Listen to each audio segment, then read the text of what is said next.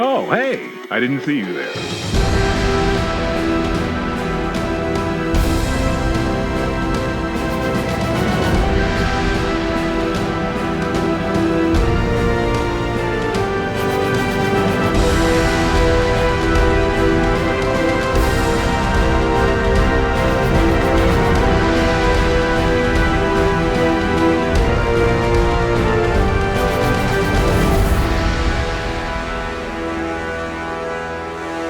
Hey there, Gothamites. Welcome one and all to another episode of the Arkham Sessions. My name is Brian Ward. With me, as always, the psychologist to the superheroes, superheroines, and supervillains of Gotham City and beyond. She's Dr. Drea Letamendi. Hello, Drea. Hello, Brian. How are you?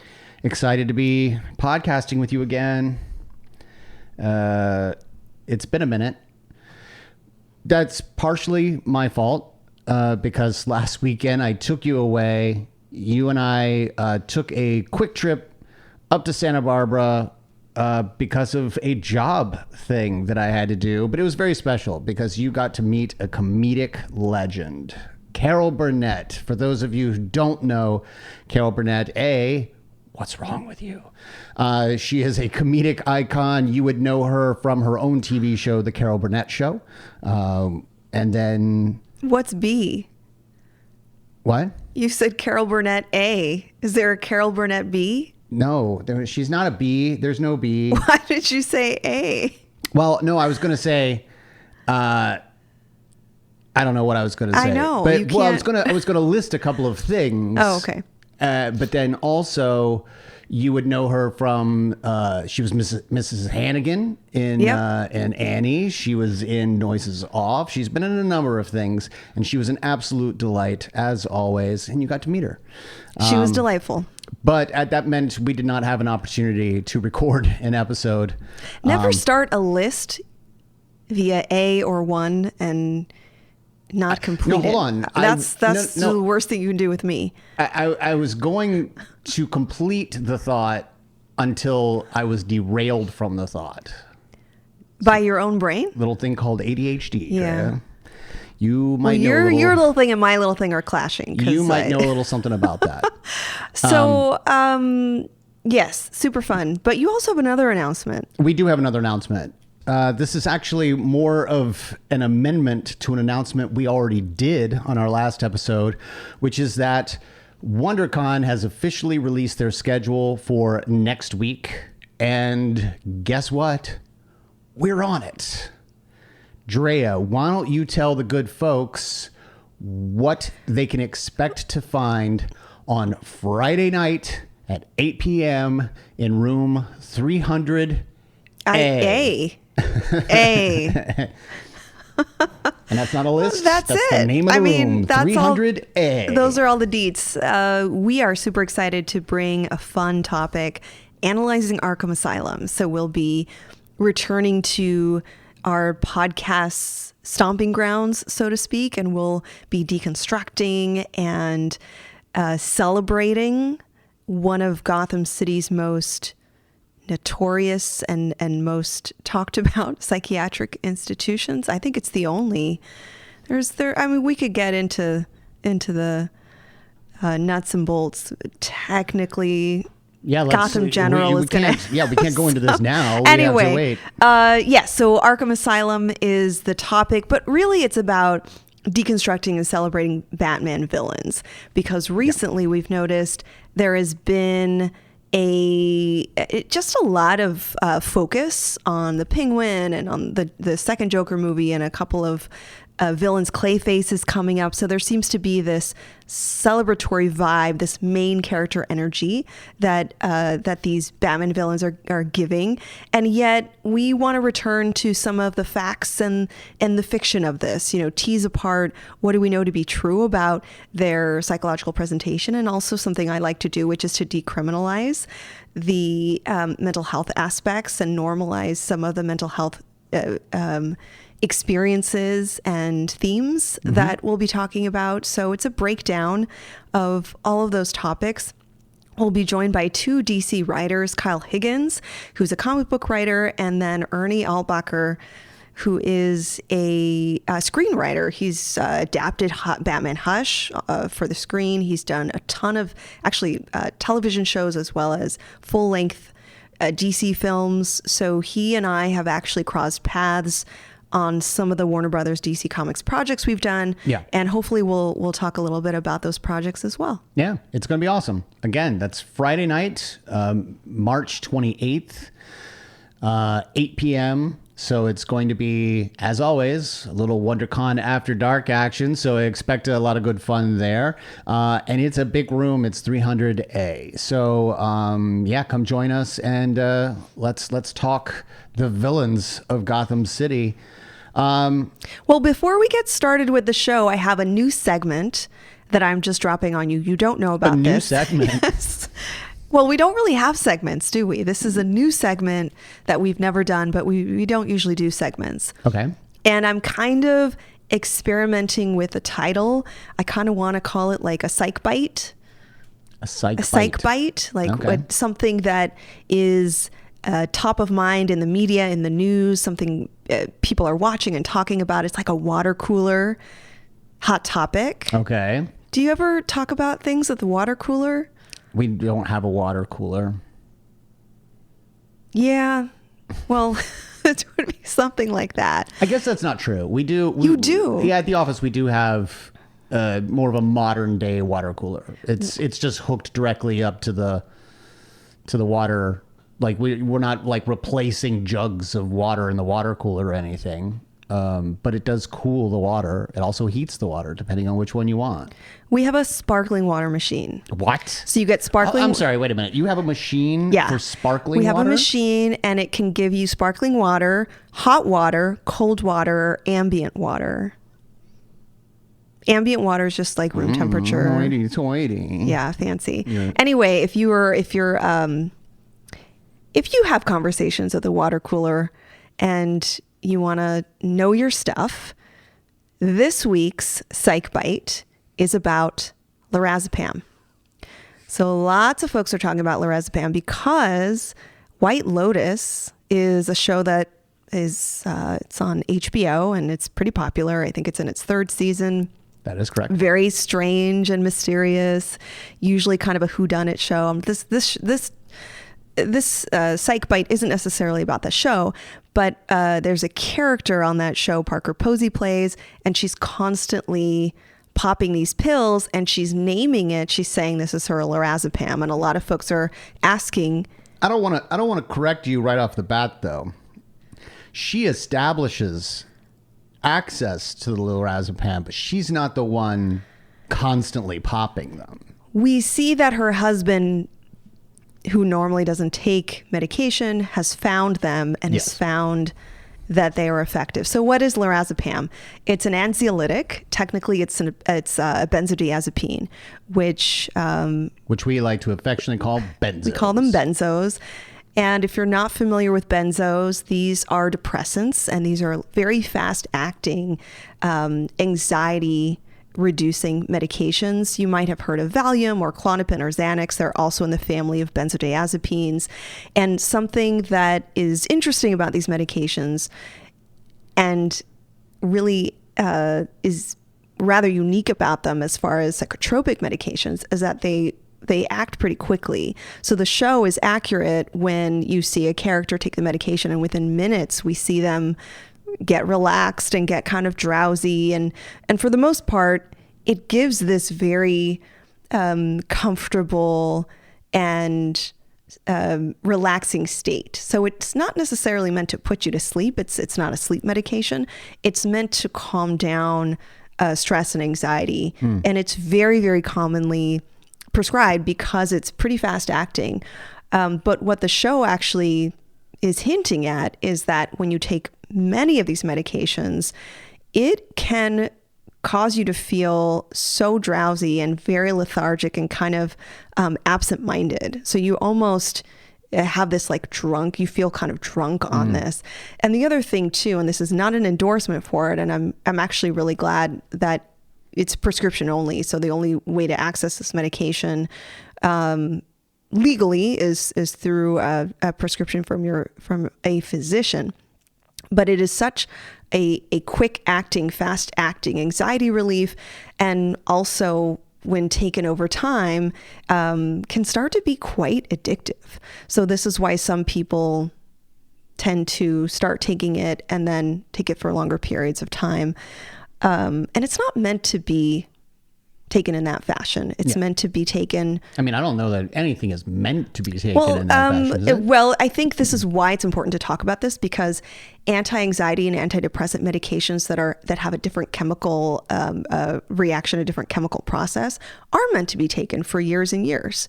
And those I just meant in the frequency that they are taking it on this particular show. Exactly. Yeah. So the amount that somebody takes in a given day and the amount that they take over a period of weeks, that's not normal. That is considered, that's a concern. And I think it's important to mention that while this is a very effective medication for anxiety, it should only be taken for 3 to 4 weeks. Could be a little bit longer until the source of the anxiety or the panic is addressed and resolved. So it's kind of meant to be a short-term solution. And in just a couple of weeks, we're going to find out if the source of that anxiety is, it's already been revealed, but we're going to find out if it's resolved. By the way, it's an excellent show. It's a great show. If people are watching it, they should. But anyway. It's interesting because I know that I did ask you about them when she showed the bottle, and sometimes they make up medications and things like that on shows and in movies, and sometimes you're like, no, that doesn't exist, and other times you're like, oh yeah, that definitely exists, and yes, this is definitely how it would be used. And it's definitely how it's used. I've taken lorazepam before. I used to take it's called Ativan 2. That's the brand name. I've taken Ativan before flights. I used to get quite anxious when taking long flights, and I almost missed a flight because I had taken the Ativan in the airport and had kind of lost track of time, like just got lethargic and didn't realize that it was time to board. And then I panicked. And so ended up panicking anyway for different reasons. You don't use it anymore, though, when we take flights together. I don't use it as often because, as I mentioned, you can address most phobias and most anxieties that are attributed to like a situation, like a phobia, pretty quickly. So over time, taking more flights and having more experiences in airports allowed me to get more comfortable. I thought it was just me. I thought it was the fact that you're hanging out with me and then Not really. You just didn't need it anymore. You're like, oh, I'm calm on airplanes now. Well, so that's my psych bite. All right, psych bite. And how often is this is this something we can expect every episode, or is this gonna, just pop up every now and again, similar to my facts relating to real life things? I don't know. We'll see. If I remember, then yes. But people can also submit psych bite topics. Oh. Use the Discord. Use our voice message machine on our website, and if there's something that you feel like is a hot topic, people are talking about it, you want us to address it, let us know. Okay. Well, I feel like that the hot topic that we are going to address today is sort of a backslide for our main character, right? In the episode A Seat at the Table of Harley Quinn, also found on Max. This is an episode that some might find a little disappointing because our hero, Harley, has now found herself fully embedded in the Legion of Doom. And yet what we thought had happened, her having gotten over, romantically at least, her old boss and lover, the Joker, he has proven that once again, he's just got the ability to reel her back in. And I know, Drea, that you in particular were looking forward to storylines that did not revolve around him, and that you were happy to see that she had been sort of getting better and focusing on other things. How did this episode make you feel?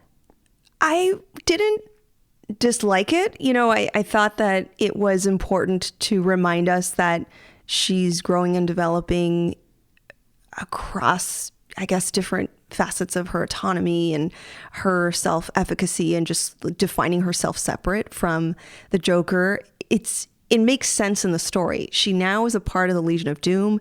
She goes to the, I don't know, like initiation meeting or induction. I don't know what you call that, but they welcomed her into the League and gave speeches. And the Joker was the person who basically affirmed that she belongs there. Yeah. And I think that it's natural for her to start to revisit those feelings that she had towards him. And she also was very hesitant to believe him and trust him again, that there were signs of some growth, because she was suspicious and expected him to turn a heel. Like, she just was kind of on guard, which is normal. But he just kept saying all the nice things. Yeah, I mean, he knew how to manipulate her, and that's important for us to see, because she made progress and then had a setback. But it's very human. It's very normal. We all have setbacks. It is, our journey of recovery is a spiky, non-linear line. Sometimes it goes in all sorts of different ways. That doesn't mean that we're not making progress. I think a setback is probably normal to see. But let me ask you this to sort of bounce off of that. When you, as a psychologist, sometimes a therapist to patients, what do you do professionally when you see that patient have that setback? Like, what is the first thing that a good psychologist would do in this case? It's really important to give the client some space and to be like a good coach and a good supporter, because the first thing that will happen to them usually is a sense of guilt and self-disappointment. I should have known better. I saw the signs coming.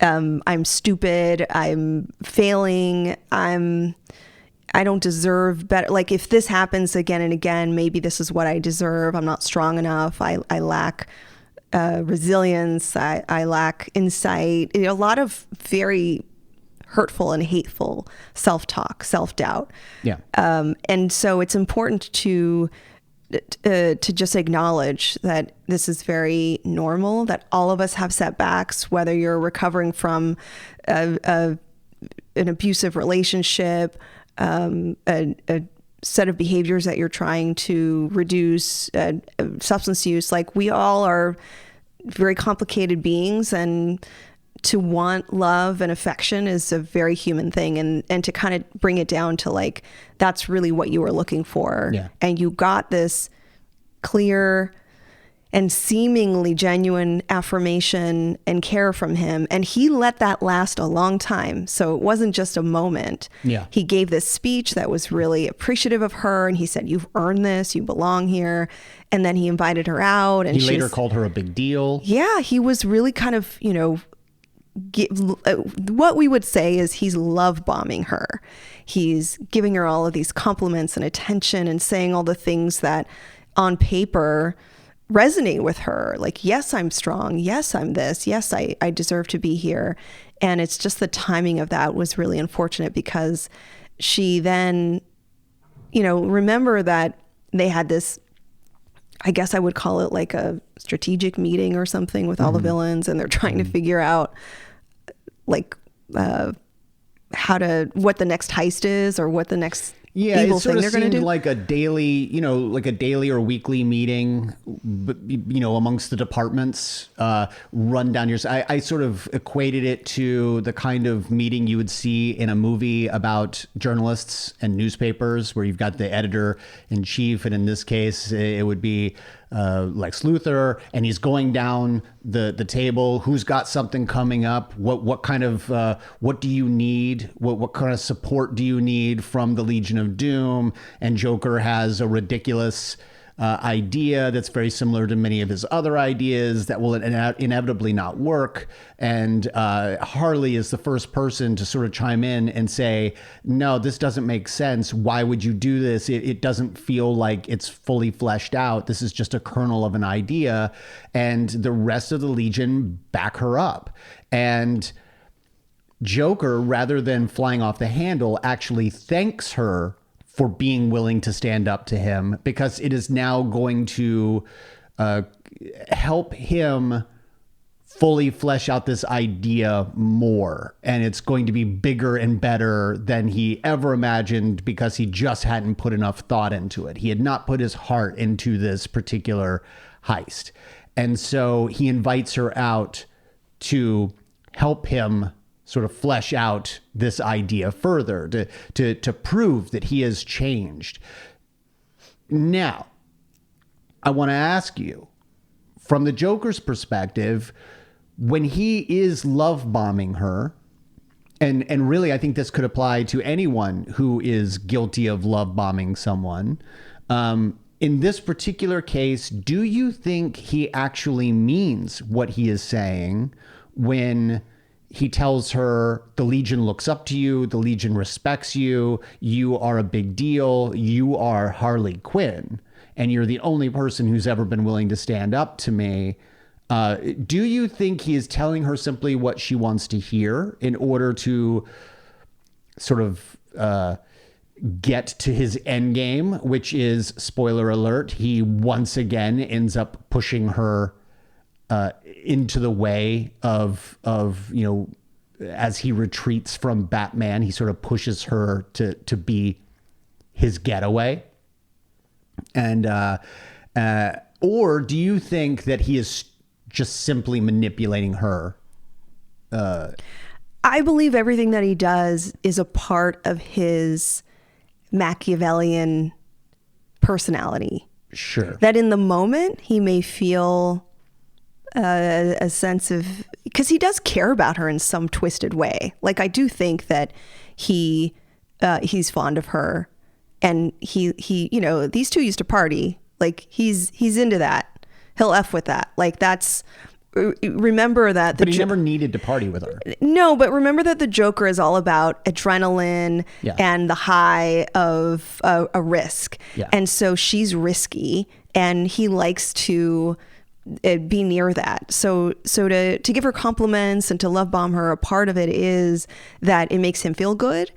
He's kind of enjoying that interpersonal relationship. But above all, at the very root of his functioning, it's all about his way and how he can get attention, how he can get success, how he can get wealth, how he can get popularity. There was nothing he won't do. And there's almost a pattern that he's used to. We'll say that she's used to a pattern. He's also used to a pattern. He's used to her fawning over him and doing everything he says, and he'll get his way. So I think there's a superficial degree to which he believes what he's saying. Does that make sense? It does make sense. Yeah. And I think that you are right. Could I also posit another facet of this diamond? I think that it is very likely that he meant everything he said, but not emotionally. I think it was factually correct, and he's bothered by that. I think he has been taken down a peg within the Legion. What started out as no one is willing to go up against him, we've now seen an entire season where her entire mission has been to dethrone him as the worst villain in Gotham City, or even just the DC universe in general. And he has watched her succeed, and it upsets him. So when he says that the Legion respects you and you're a big deal, you're Harley Quinn, I think he is telling the truth. I think he is saying exactly what is true. Are you saying and that it bothers him? Are you saying he's saying you're my biggest competition? Yes. And that and I'm going to put it into push you out of a helicopter. I'm going to name what I named because I know this to be true, and also this is a bigger plan. This isn't just a moment. It's what you want to hear. It's what you need to hear, and I'm going to give that to you. But it really bothers me, and you need to be taken down a peg. And here's how I'm going to do it. I'm going to manipulate you into helping me, and then I am going to get us into trouble, knowing that Batman will be there. And I am once again going to prove to you that you're the same Harley Quinn you have always been.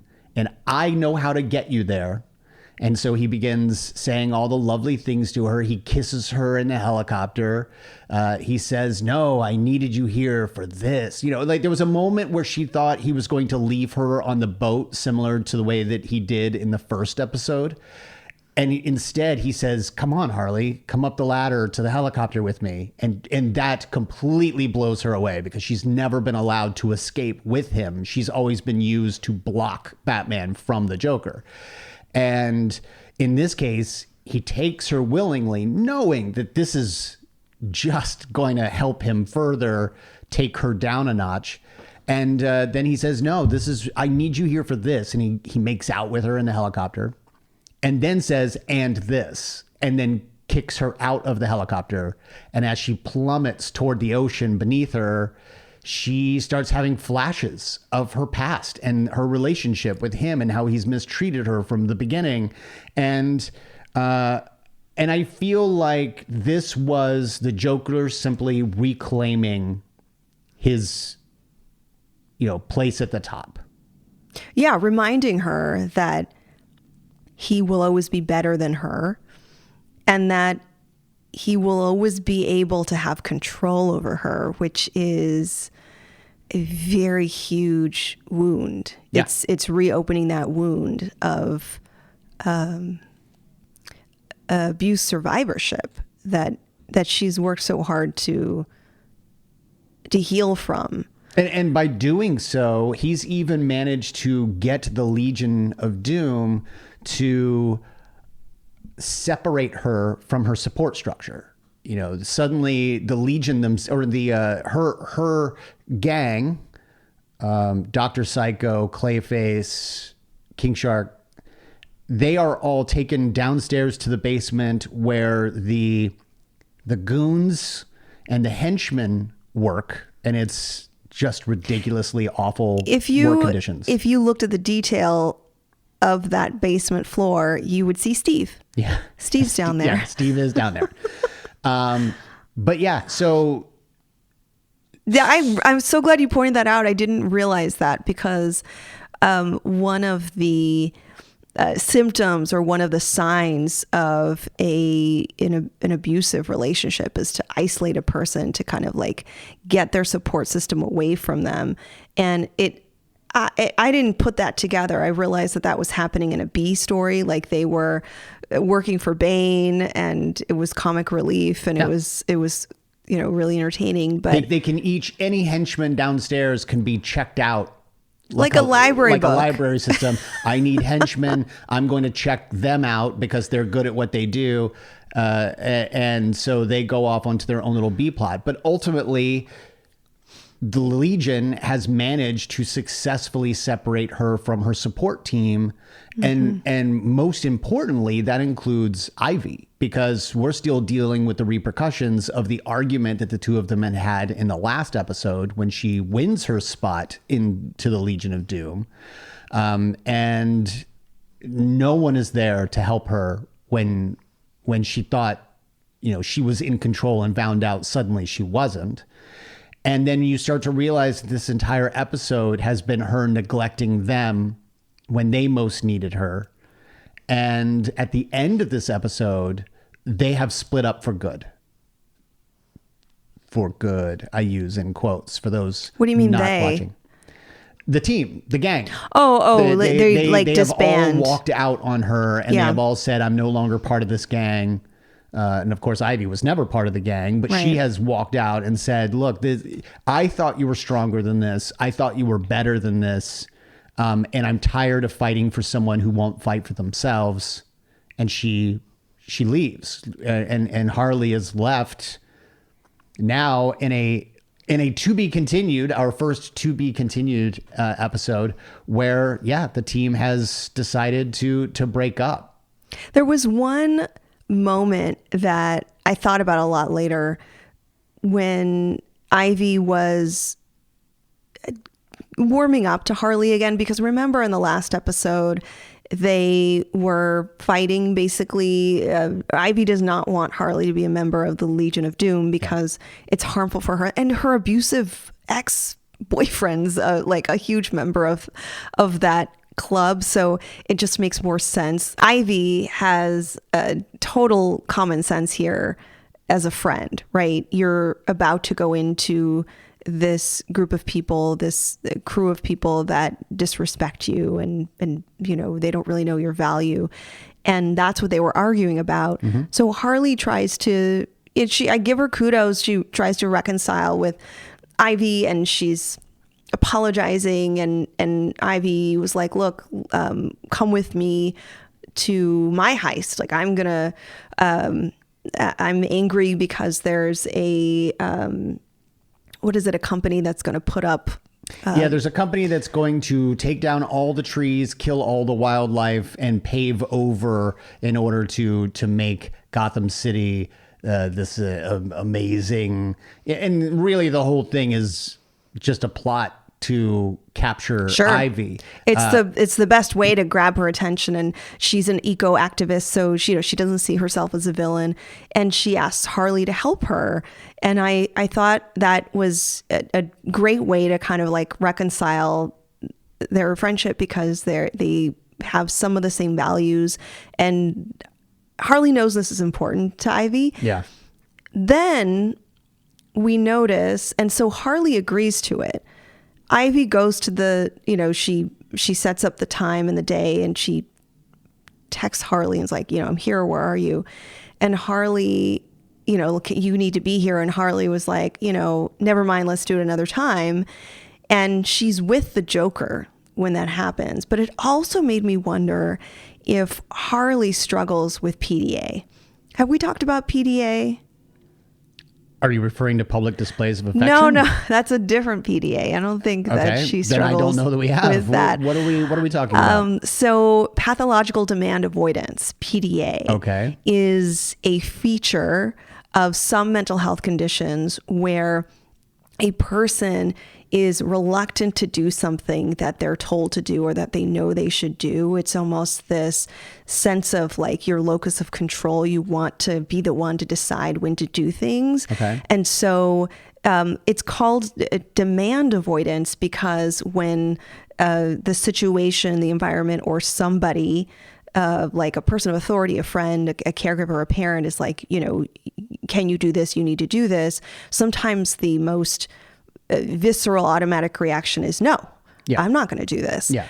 And I have to first say that this is often found, or more so found in children than adults, but some adults have a lingering sense of PDA in their presentation. It can look like procrastination. It can look like avoidance. It can actually kind of in adults like come across as argumentative. Like, I'm not going to do that thing. No, even though they said they were going to do the thing, or if they know it's good for them to do it. So in its most simplest examples, think of like, I have this. I'm worried you're going to say you have this. And so let me start with children. Like in its most simplest examples, a child is told, brush your teeth, tie your shoe, get dressed, go to school. They're bombarded with a lot of instructions, and let me just first say, it's very normal for anybody, whether you're a child or adult, to be reluctant to constantly be told what to do. However, for children who have this, it's almost this inherent neurobiological instinct to feel anxious when they're told or given an instruction for something to do. Sometimes this is present in neurodivergent presentations like autism and ADHD. As adults, it can manifest with some of those lingering features. I want to just also clarify that this is not a clinical disorder. This is not listed in the DSM as a clinical disorder, nor is it considered a psychiatric symptom. It's a feature that often co-occurs with something else. Presentations. Yeah. So on its own, you don't really see it on its own. Often you'll see it with autism, ADHD, sometimes trauma, other presentations, anxiety. And I just kind of wish that it had like a different name, because it almost sounds like a person just can't be told what to do. And let me just normalize that. A lot of us don't like to be told what to do. Right. So it's above and beyond to that. give it a clarification, because, I kid, but I'm also not kidding. I think I have this. So wait, say more about that. Why do you think that I'm trying to say more about that. Tell me more, and don't say no that you're not. Nah, I'm not going to do it now. Not because you asked me to. Right. No, my whole thing is I do get a sense, it's not anxiety, but let's just say, I'm just going to use us as an example, our relationship Sure. as an example. And I'm going to make something up. This is not a problem that we have in our relationship, so don't get excited, folks. Let's say you tell me to take out the garbage, and I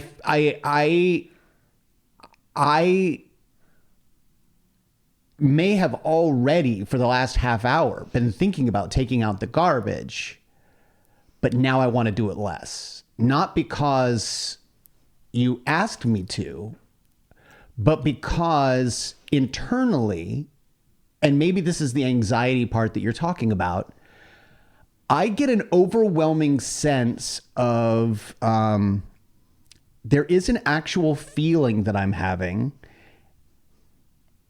And it's sort of this feeling like you think I am a child, or you think I'm an idiot, or you think I think badly about myself because I think that you think badly about me. Like I wouldn't have thought to take care of myself had you not been here to tell me to do it.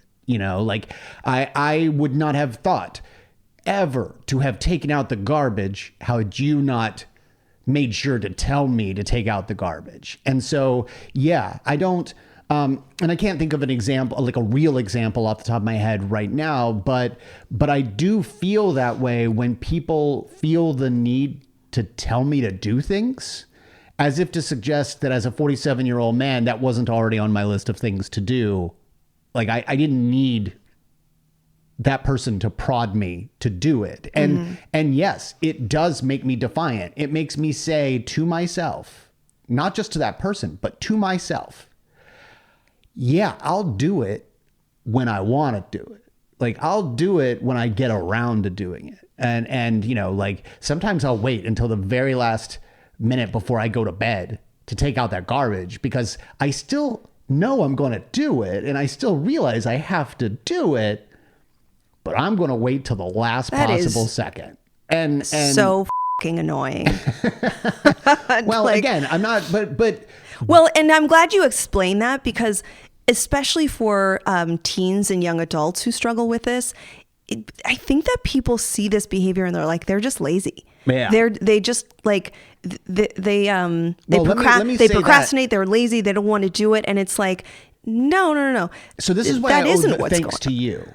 Because over our long relationship, I have come to realize that I'm not as lazy as I once thought I was. Because I also used to think, God, I am lazy. And I just don't want to get up off the couch or whatever. And then the longer and longer you and I have been together, and the more I've learned about things like this, the more I'm able to put my finger on, oh no, it's not that I'm lazy. It's that, as you have explained to me. Because I'm constantly sending you articles. As you have explained to me, I most likely have ADHD. Like I joke about like, oh, it's my ADHD, but like, yeah, you have said, no, Brian, like you have it. Well, and now when you say that this is not a symptom, but this is it's like a feature. It's a feature of ADHD. Like I then realize I am not the lazy person I always thought I was. I will get stuff done, but my brain works a little different. Yeah.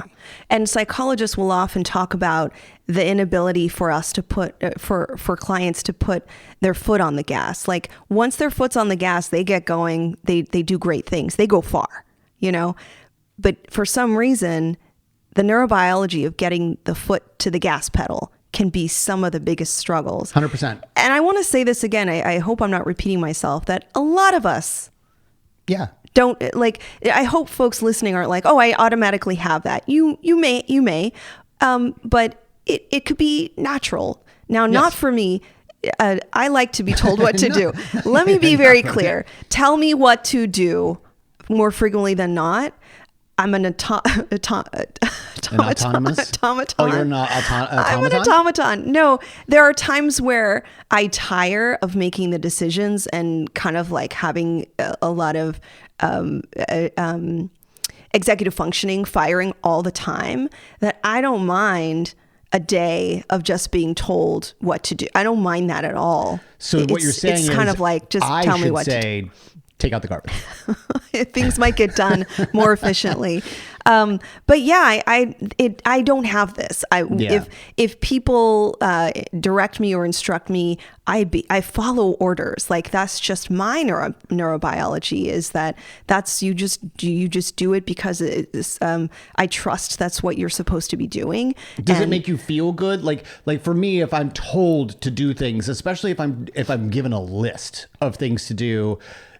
Again, you use the word anxiety, and I don't know that I would call it anxiety, what I'm feeling, but maybe it is. Maybe this is just a different form of anxiety. Do you get a sort of a dopamine hit by marking things off the list? By, like, if someone gives you a list of things to do. This is such a good example, because people with PDA who use lists find that to be such an anxiety-provoking system. They don't want the list. As soon as they start making a list, they just don't want to do those things anymore. I love list making and crossing items off the list. I will make a list of menial things so that I can feel like my brain believes that I've done something. Do you put things on the list that you've already done? Just I so don't you can do. mark them off? I'm not a psychopath. I don't do that. Well, I do that. That's very interesting. I don't know why. If I showed you my work calendar, my little book, where I put down lists of things, in order to not remind myself, but in order to sort of be like, I think it's my way of countering the list. It's my way of saying, God, there are these things I need to do. But look at these things I've already done.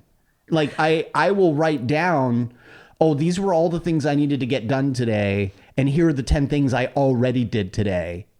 And I mark them off. Our brains work differently. And if that's effective, go for it. There's nothing wrong with that. I was kidding earlier when I said that's psychopathy. Only when you found out your husband and co-host is a psychopath. Yeah. So here's kind of $1 million question to know if you have this. Will you even put off things that you want to do? Yeah. It took me 25 years to write a screenplay because I can't build up. Like, I have all the desire in the world. I cannot build up just doing it, like getting to the computer and writing. Like, the moment I even tell myself in my own brain, come on, man, get up, just go write. Mm-hmm. Spend 30 minutes, 10 minutes, 20 minutes, whatever. Like, write for 2 hours, whatever. Just go write.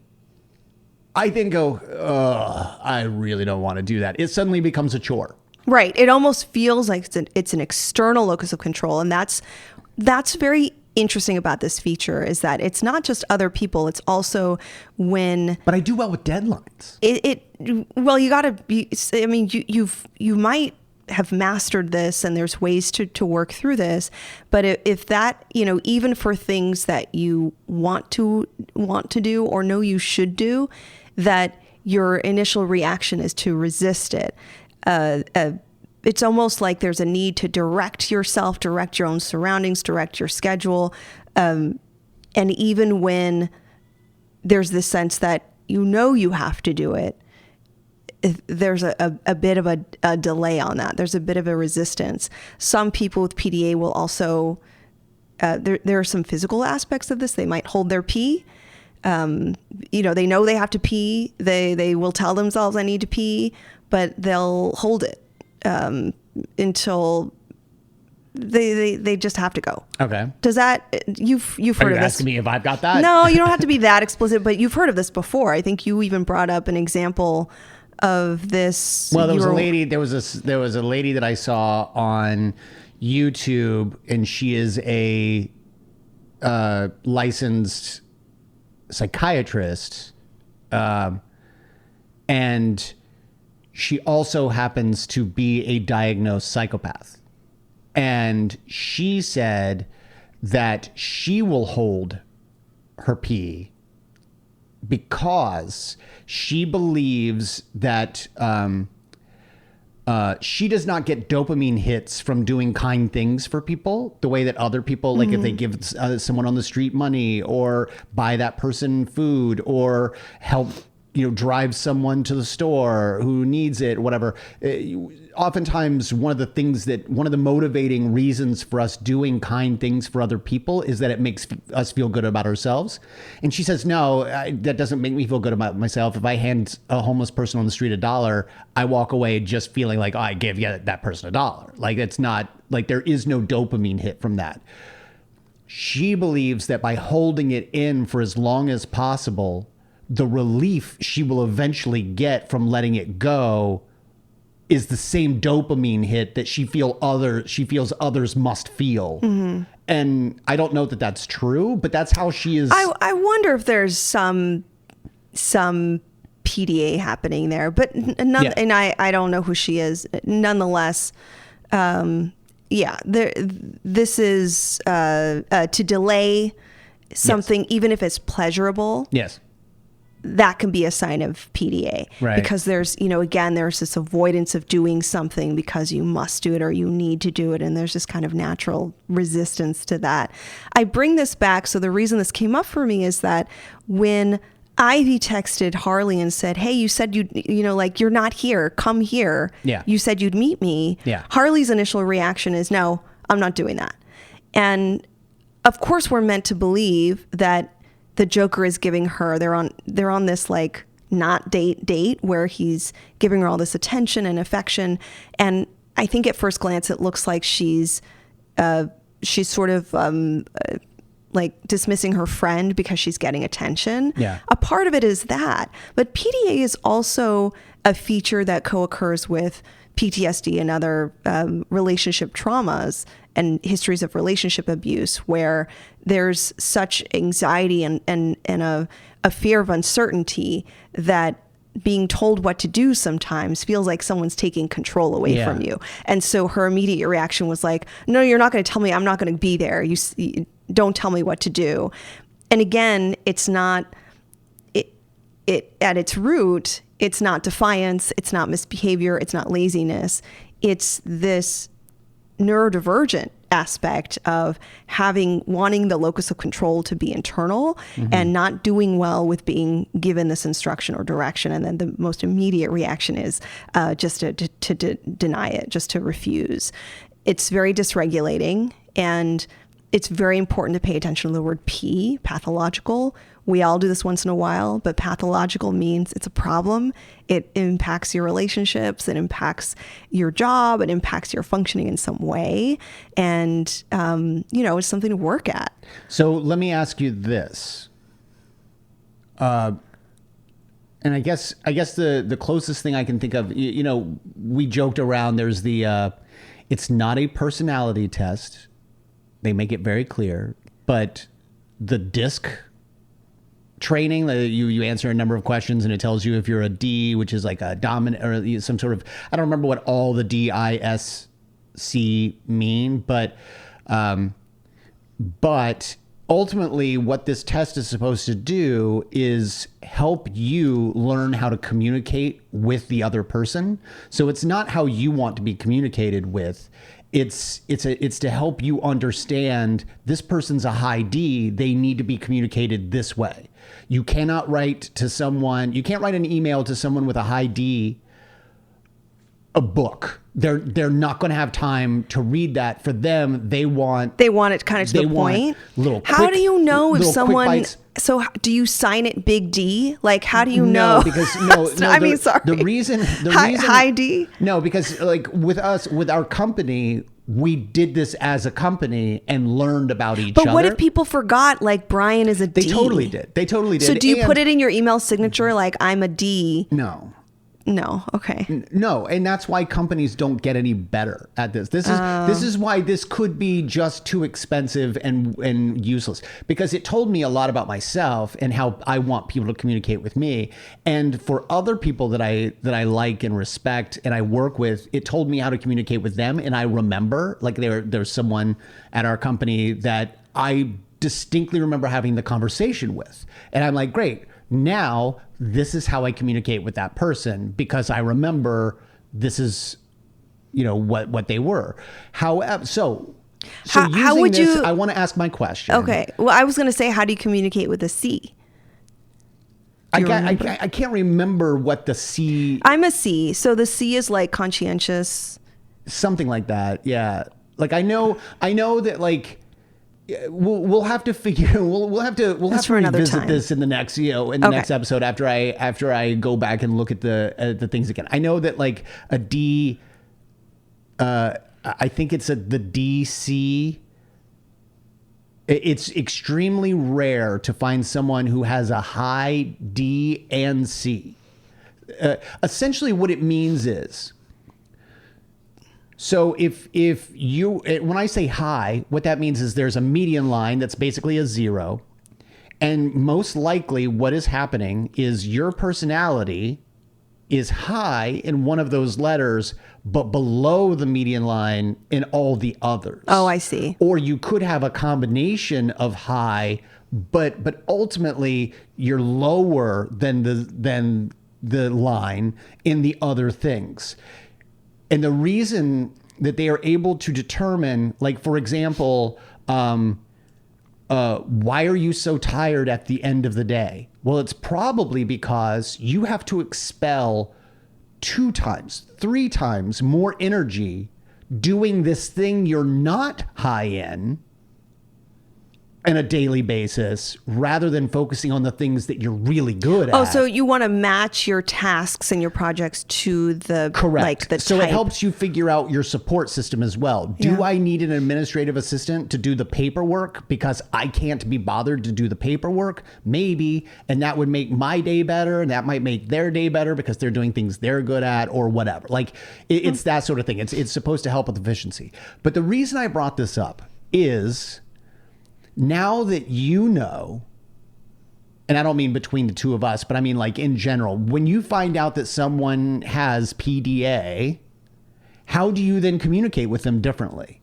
Because now you know that giving that person a list of things to do is not a good idea, or the way that you're delivering the list to that person is not a good idea. So how would you instruct the listeners to communicate with someone that they believe or know has this defiance?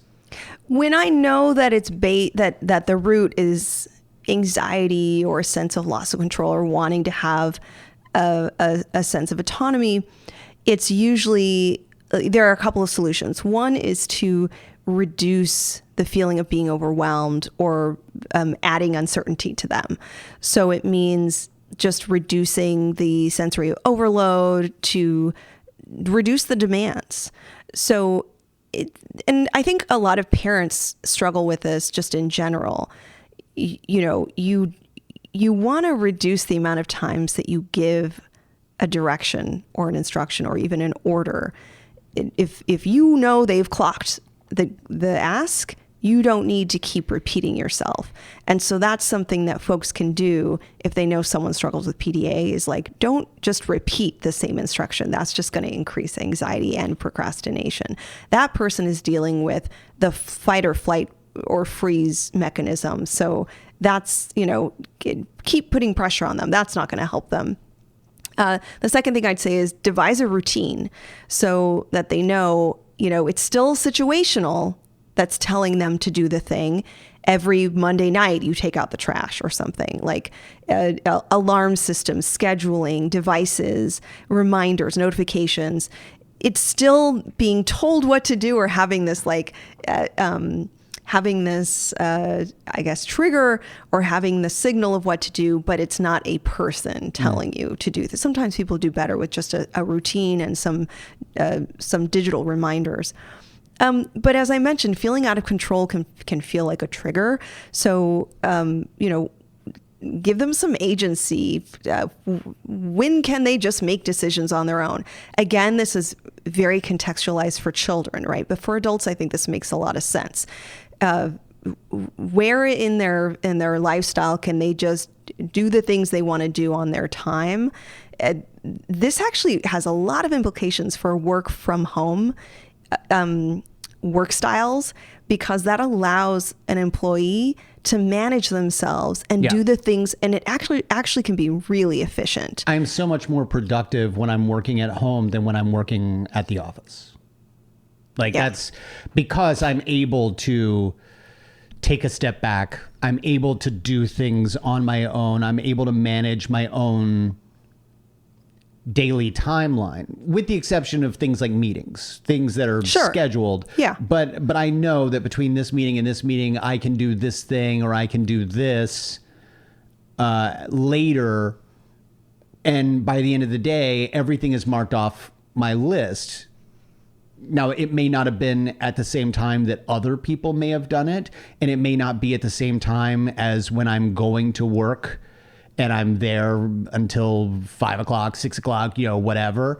I might do something at 8 o'clock that I probably should have done at 3 or something. But for me, I'm getting my work done. I'm feeling good about it, and I'm not anxious or, feeling like, I guess now that I know the PDA. Yeah, the extra sense, the extra layer of demand on you that increases your anxiety. If I need to get up and walk, if I need to go take a mile walk to feel, I can do that. Whereas I can't really do that in the office. That's my penultimate suggestion is there a space?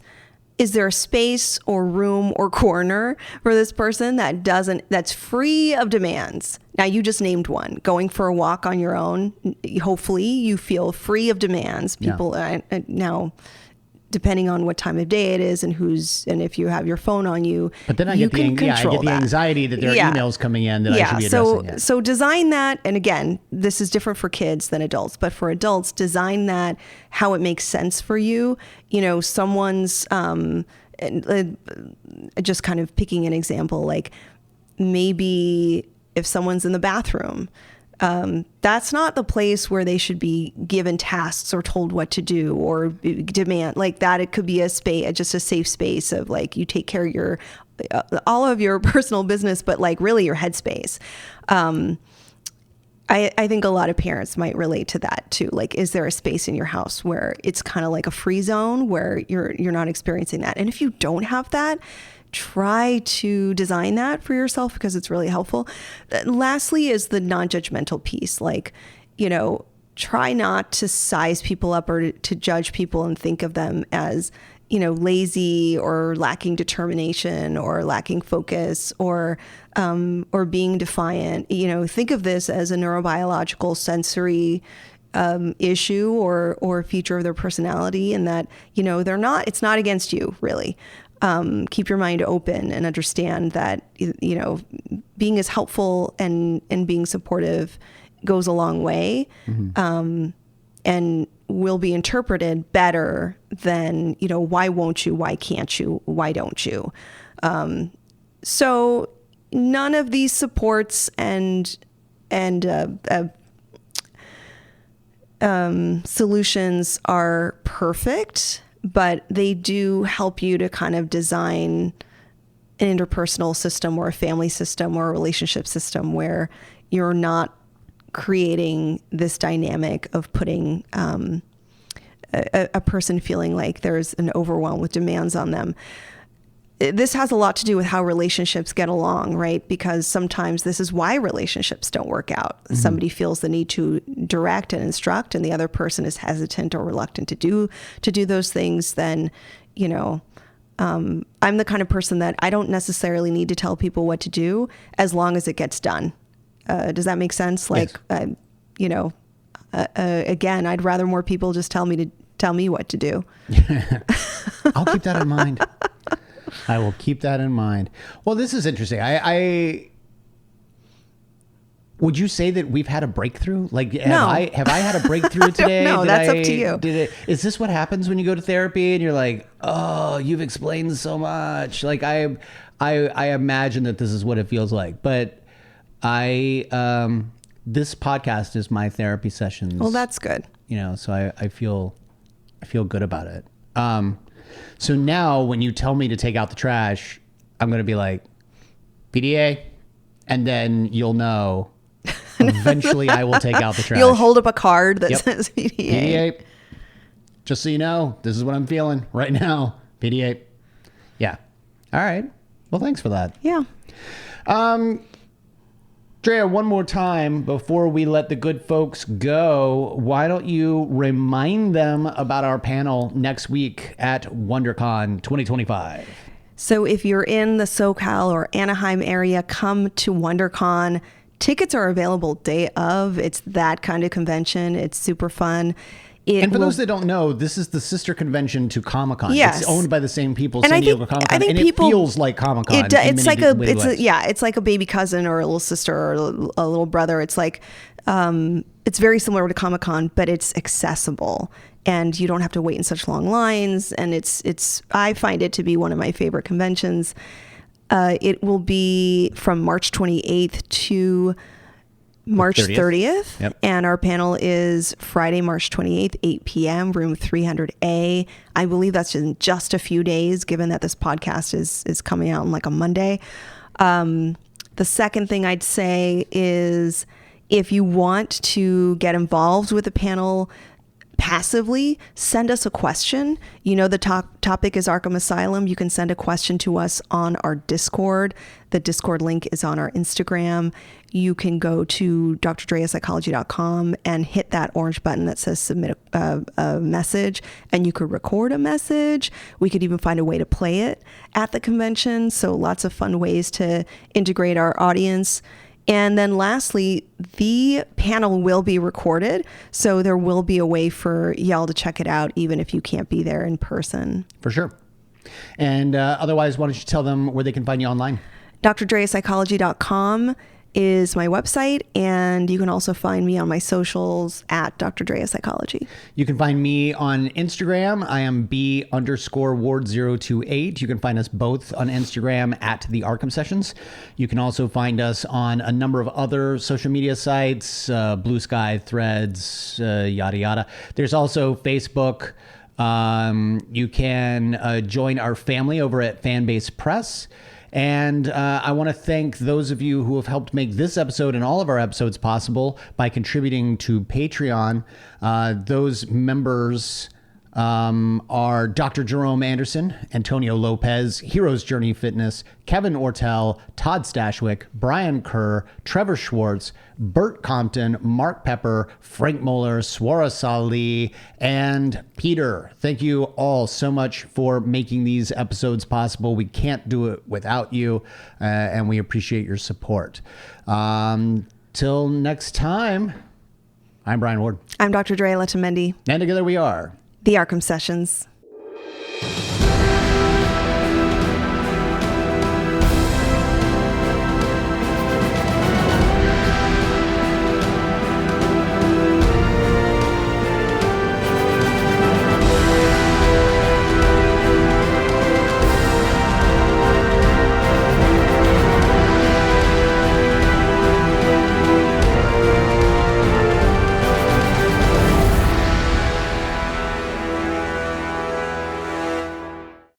And that's all the time we have.